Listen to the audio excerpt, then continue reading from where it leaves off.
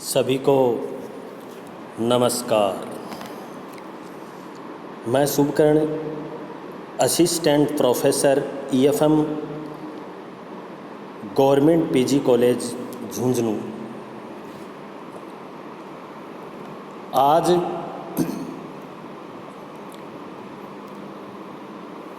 BCom part तृतीय वर्ष के विद्यार्थियों के लिए उपयोगी विषय व्यावसायिक बजटन, बिजनेस बजटिंग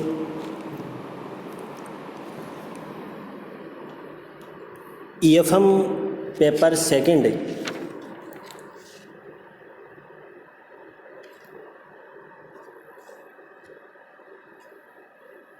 यूनिट प्रथम के अंतर्गत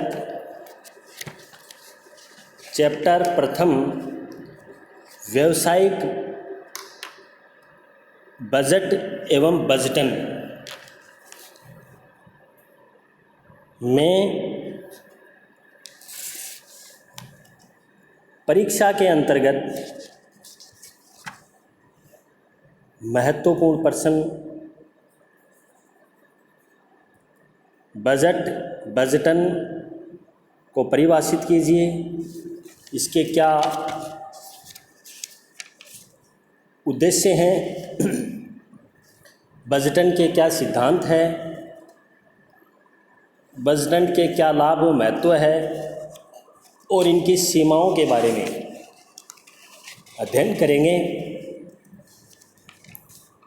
बजट व बजटन की परिभाषाओं का उल्लेख करने से पहले हम सभी बजट शब्द से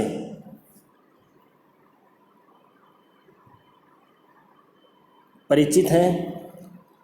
सामान्य बोलचाल में बजट व्ययों के लिए नियोजन समझा जाता है। बजट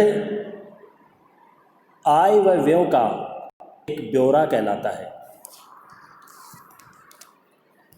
जैसा कि आपको मालूम है, बजट में आय, व्यय और निर्धारित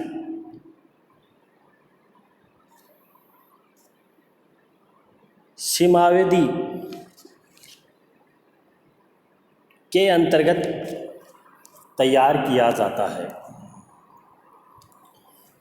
बजट व बजटन का अर्थ समझने से पहले इसकी भूमिका के बारे में जानना अत्यंत आवश्यक है। बजट की भूमिका के अंतर्गत बजट फ्रांसीसी शब्द या भाषा के बोगेटी से बना है, जिसका अर्थ है एक चमड़े के बैग या प्रपत्रों व लेखों के पात्र से है, जिसमें संभावित व्ययों की पूर्ति के लिए कोषों का नियोजन किया जाता है। ये इसकी भूमिका है। मतलब कहने का मतलब ये है, बजट एक आय व व्ययों का एक संक्षिप्त ब्यौरा है जो एक निर्धारित समय अवधि में तैयार किया जाता है। एक अनुमानित आंकड़ों के आधार पर इनको तैयार करते हैं, बजट माना जाता है।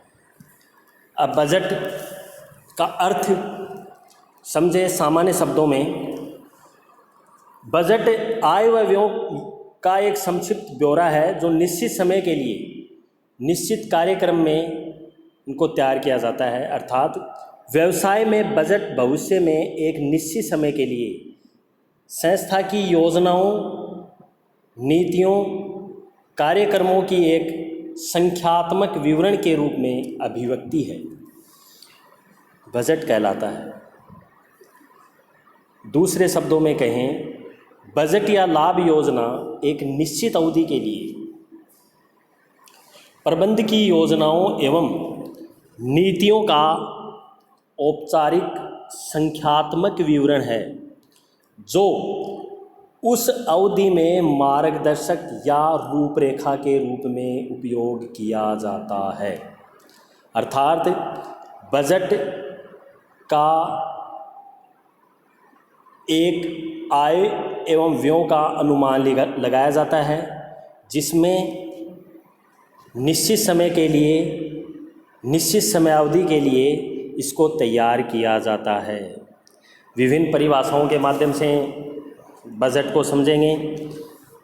प्रथम परिभाषा में the institute of cost and management accounts England के अनुसार बजट एक वित्तीय और मात्रात्मक विवरण होता है जो किसी निश्चित अवधि से पहले तैयार किया जाता है। इसमें दिए गए उद्देश्यों की प्राप्ति के लिए उस अवधि में अपनाई जाने वाली नीति का उल्लेख होता है, बजट होता है। डिक्के के अनुसार बजट एक निश्चित समयावधि के लिए संस्था की प्रक्षेपित क्रियाओं की एक लिखित योजना है। केलर व फरेरा के अनुसार बजट पूर्व निर्धारित मान्यताओं पर आधारित उद्देश्यों की उपलब्धि के लिए संपन्न की जाने वाली क्रियाओं की एक योजना है। अर्थात निष्कर्ष रूप से अपन ये कह सकते हैं, बजट एक विवरण है जिसमें निर्धारित लक्ष्यों की प्राप्ति के लिए एक निश्चित भावी अवधि से संबंधित संपूर्ण व्यावसायिक क्रियाओं की एक विस्तृत योजना होती है, जो व्यवसाय की भावी आवश्यकताओं का अनुमान भी है। इस प्रकार बजट एक प्रबंधकीय उपकरण है जो संपूर्ण उपक्रम या उसके प्रत्येक विभाग के लिए उच्च स्तरीय प्रबंध द्वारा तैयार किया जाता है। यह व्यवसाय की वास्तविक परिणामों की तुलना के लिए भी प्रमाण प्रदान करता है, बजट होता है। इसकी परिभाषाएं, इसका अर्थ हमने पढ़ा। अब पढ़ेंगे इसी परिभाषाओं में आगे बजट की प्रकृति और विशेषताएं, nature and characteristics of budget. प्रथम है व्यापक एवं समन्वित योजना। देखो, बजट एक संस्था की भावी आकांक्षाओं की योजना होती है जो संस्था के हित में प्रबंध को सक्रिय भी बनाती है, जिसमें इसे तैयार किया जाता है जब संस्था की सभी क्रियाएं क्रय, विक्रय, उत्पादन, आय, व्यय आदि पर विचार किया जाता है।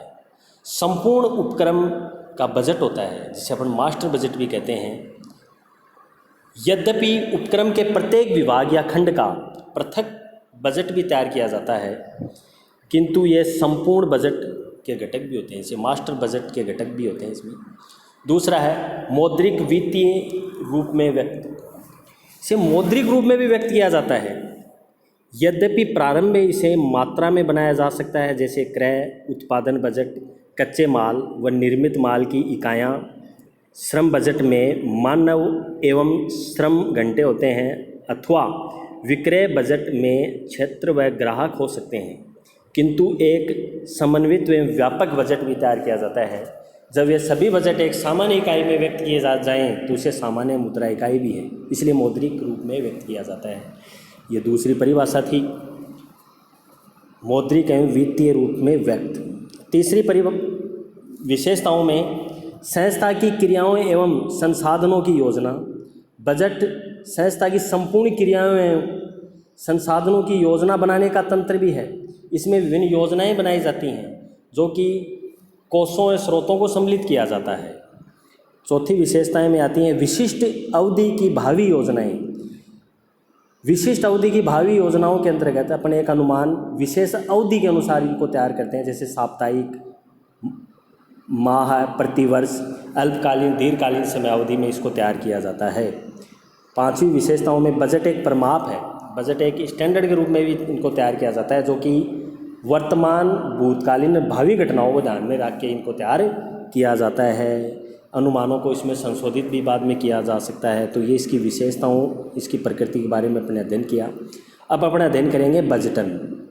बजट और बजटन में एक मुख्य अंतर यह है कि बजट एक निर्धारित समयावधि के अनुसार तैयार किया जाता है, जबकि बजटन व्यवसाय की भावी वित्तीय आवश्यकताओं के लिए तैयार करने की एक प्रक्रिया बजटन कहलाती है। कहने का मतलब ये है, यह योजना औपचारिक रूप से लिखित रूप में प्रस्तुतिकरण बजट कहलाता है।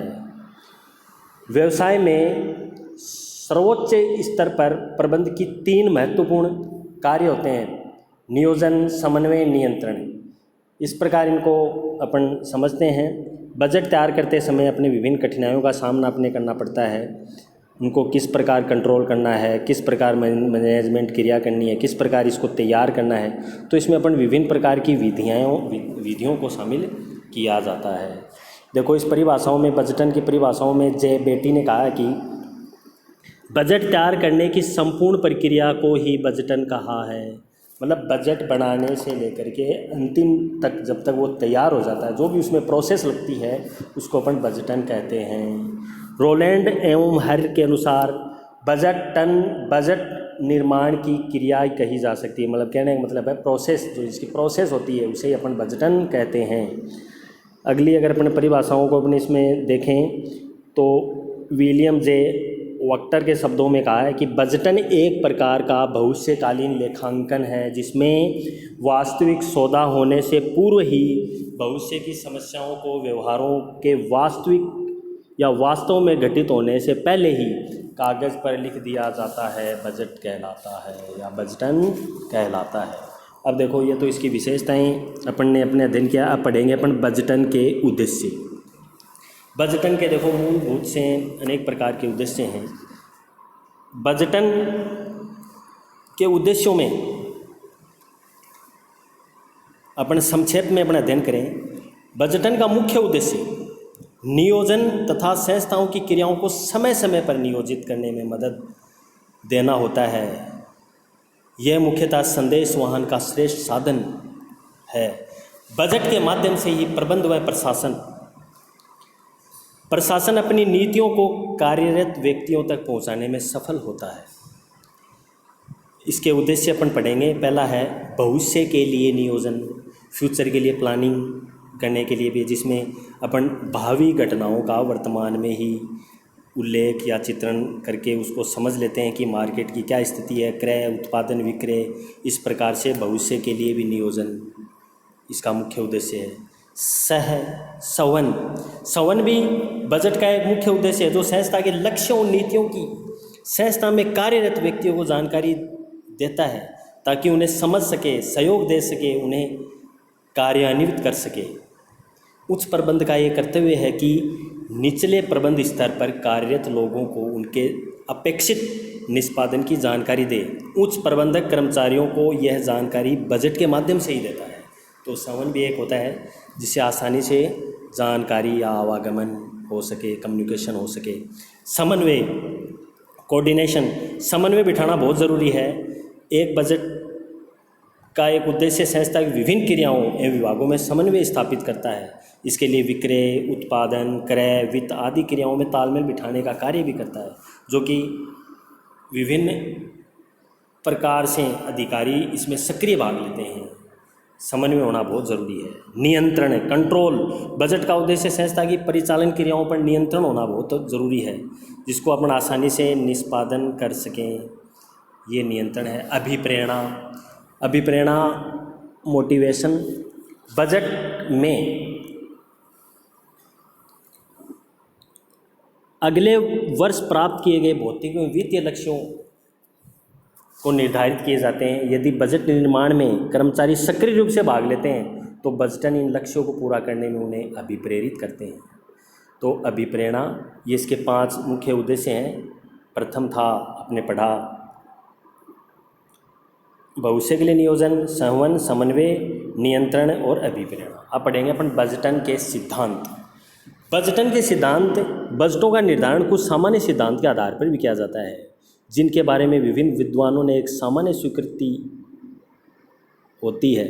रॉबर्ट एन एंथोन ने अपनी पुस्तक प्रबंध लेखांकन के सिद्धांत, प्रिंसिपल ऑफ मैनेजमेंट अकाउंटिंग में बजट के निम्नलिखित सिद्धांतों का विवेचन किया गया है। पहला है प्रबंध द्वारा परिवर्तनीय। देखो, ये प्रबंध के द्वारा परिवर्तनीय है या प्रबंध के द्वारा परिवर्तित है। बजट एक प्रबंध यंत्र है, इसलिए इसका परिवर्तन उच्च प्रबंधक या उच्च प्रबंध द्वारा ही होना चाहिए। संस्था के उन सभी कर्मचारियों को इस बात की जानकारी रखनी चाहिए कि उच्च प्रबंध बजट में रुचि रखता है। उत्तरदायित्व केंद्रों का निश्चय, उत्तरदायित्व केंद्रों का भी ये निश्चय करता है। कैसे? क्योंकि बजट के लिए प्रत्येक अधिकारी को ज्ञान होना बहुत ज़रूरी है कि उसके क्या अधिकार हैं, किन कार्यों के लिए उत्तरदायी ठहराया गया है। तो ये उत्तरदायित्व का निश्चय भी है। रिस्पॉन्सिबिलिटी सेंटर्स, उत्तरदायी पर्यवेक्षकों का सहयोग बजट बनाने में, उसके संपादन में तथा उसके संपादन के लिए आवश्यक साधनों का अनुमान लगाने में उत्तरदायी पर्यवेक्षकों का सहयोग लेना चाहिए। उन्हें बजटन के सभी बातों को या सभी बातों की जानकारी करा लेनी चाहिए। यदि ऐसा नहीं किया गया तो बजटन आंकड़ों का विरोध करने लगते हैं, तो पूरा करने में रुचि नहीं लेते हैं। तो उत्तरदायित्व पर्यवेक्षकों का सहयोग भी होना बहुत ज़रूरी है। अगला है बजट प्रक्रिया की शिक्षा। उत्तरदायित्व पर्यवेक्षकों को बजट प्रक्रिया का पूरा ज्ञान होना बहुत आवश्यक है कि बजट पुस्तिकाएं किस प्रकार तैयार की जाती हैं, कैसे उनको लक्ष्य को निर्धारित करें। तो बजट प्रक्रिया की शिक्षा, एजुकेशन प्रोसेस, बजट की किस प्रकार किया जाए, कैसे उसको शिक्षित किए, तो ये भी है।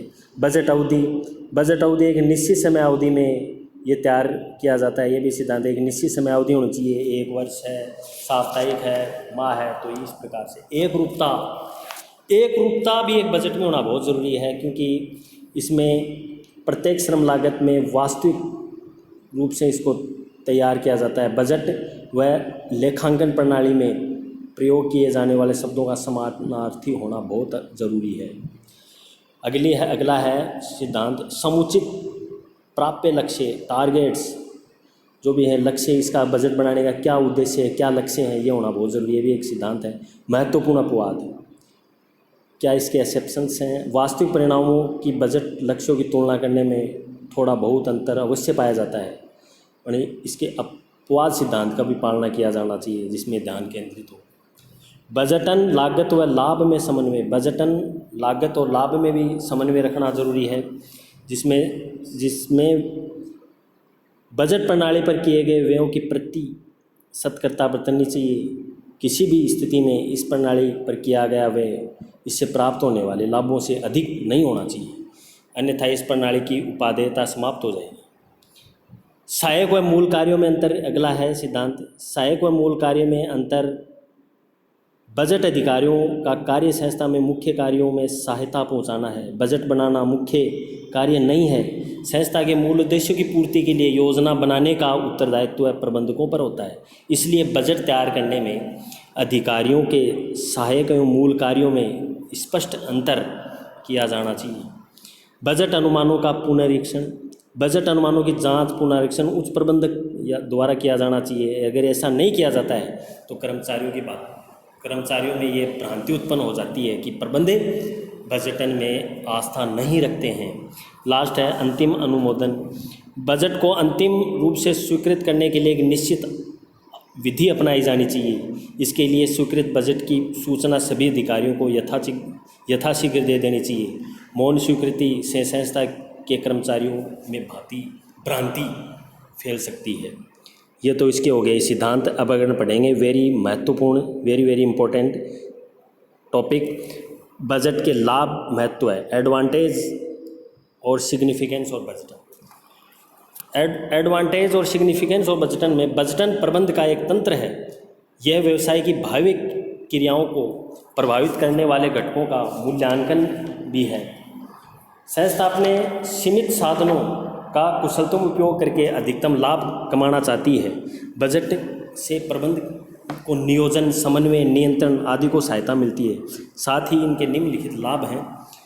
पहला लाभ है लक्ष्यों को निर्धारित, देखो टारगेट होना चाहिए, लक्ष्य किस उद्देश्य से बनाया गया है, एक ही इसका पहले लाभ ये है। दूसरा, अधिकार व दायित्वों का स्पष्ट निर्धारण, अधिकार, रिस्पॉन्सिबिलिटी, लायबिलिटीज़ उसकी क्या क्या हैं, क्या राइट्स हैं, ये सही तरीके से निर्धारण करना चाहिए। सहयोग की भावना का विकास, ये भी है जिसमें सहयोग की भावना जागृत रहनी चाहिए। संवहन में सुधार, कम्युनिकेशन जो संचार है तो उसमें भी काफ़ी सुधार होना चाहिए।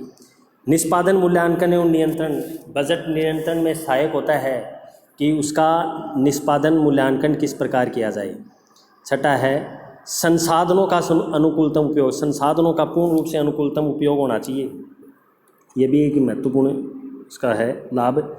लागत बोध, कॉस्ट कमाए, अधिकतम लागत पे या कम लागत पे अधिकतम लाभ किस प्रकार प्राप्त किया जाए, तो ये लागत बोध भी एक महत्वपूर्ण है। कर्मचारियों में मनोबल, उत्पादकता में वृद्धि होना चाहिए। बजट बनाने से कर्मचारियों में मोटिवेशनल और प्रोडक्टिविटी में इंक्रीज होना चाहिए। कुशलता का माप, बजट इस बात का मापदंड है कि संस्था कुशलतापूर्ण कार्य कर रही है या अकुशलता से, क्योंकि इसे वास्तविक निष्पादनों की बजट लक्ष्यों की तुलना की जाती है। इसके द्वारा प्रबंधक अपना मूल्यांकन कर सकता है तथा एक जान सकता है कि संस्था में कितनी प्रगति हो रही है। ये भी एक महत्वपूर्ण है। लास्ट है लेखांकन विभाग की कार्य कुशलता में वृद्धि। तो इस प्रकार इसके महत्व थे। लक्ष्यों का निर्धारण, अधिकारों और दायित्वों का निर्धारण, सहयोग की भावनाओं का विकास, संवहन में सुधार, निष्पादन मूल्यांकन में नियंत्रण, संसाधनों का अनुकूलतम उपयोग, लादक बोध, कर्मचारियों के मनोबल, उत्पादकता में वृद्धि, कुशलता का माप, लेखांकन विभाग की कार्य कुशलता में वृद्धि है। अगला अपन टॉपिक है महत्वपूर्ण, बजटन की सीमाएं, लिमिटेशन ऑफ बजटिंग।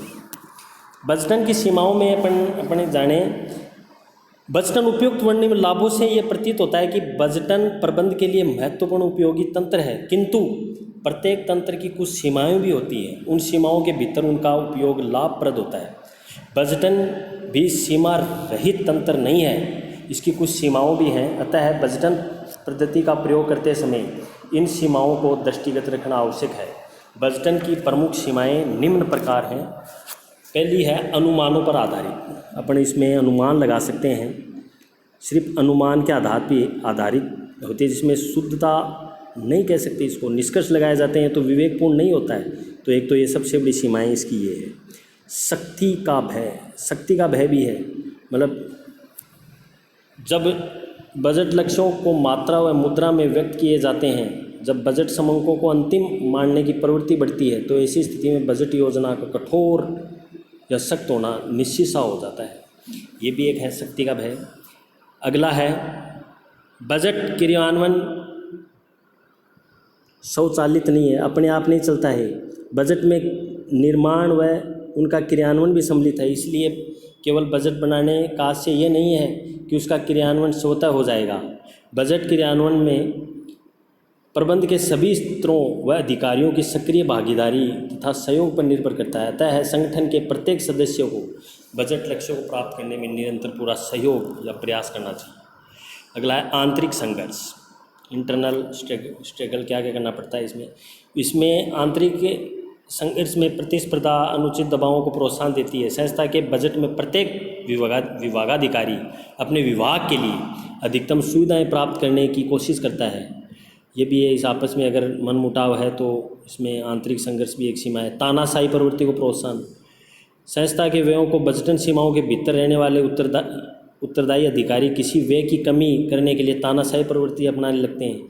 तो ये भी एक समस्या है, तानाशाही प्रवृत्ति नहीं होनी चाहिए। प्रबंध का स्थानापन्न नहीं,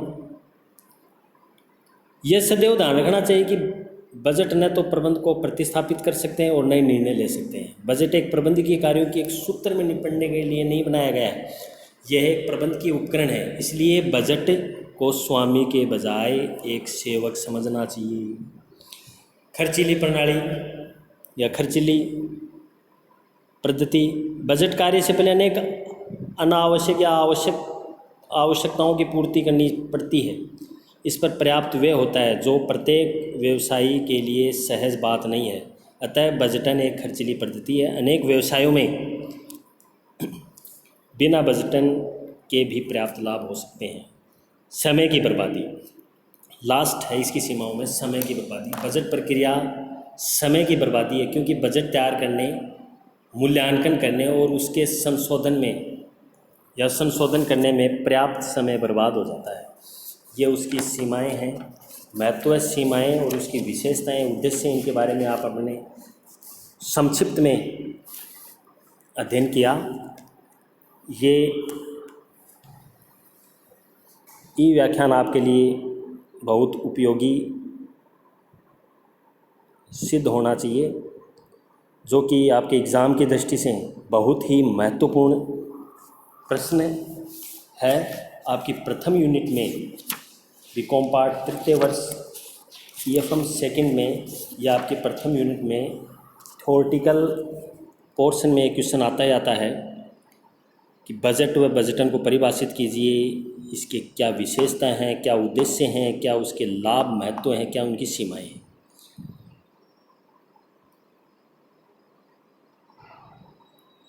धन्यवाद। Thank you.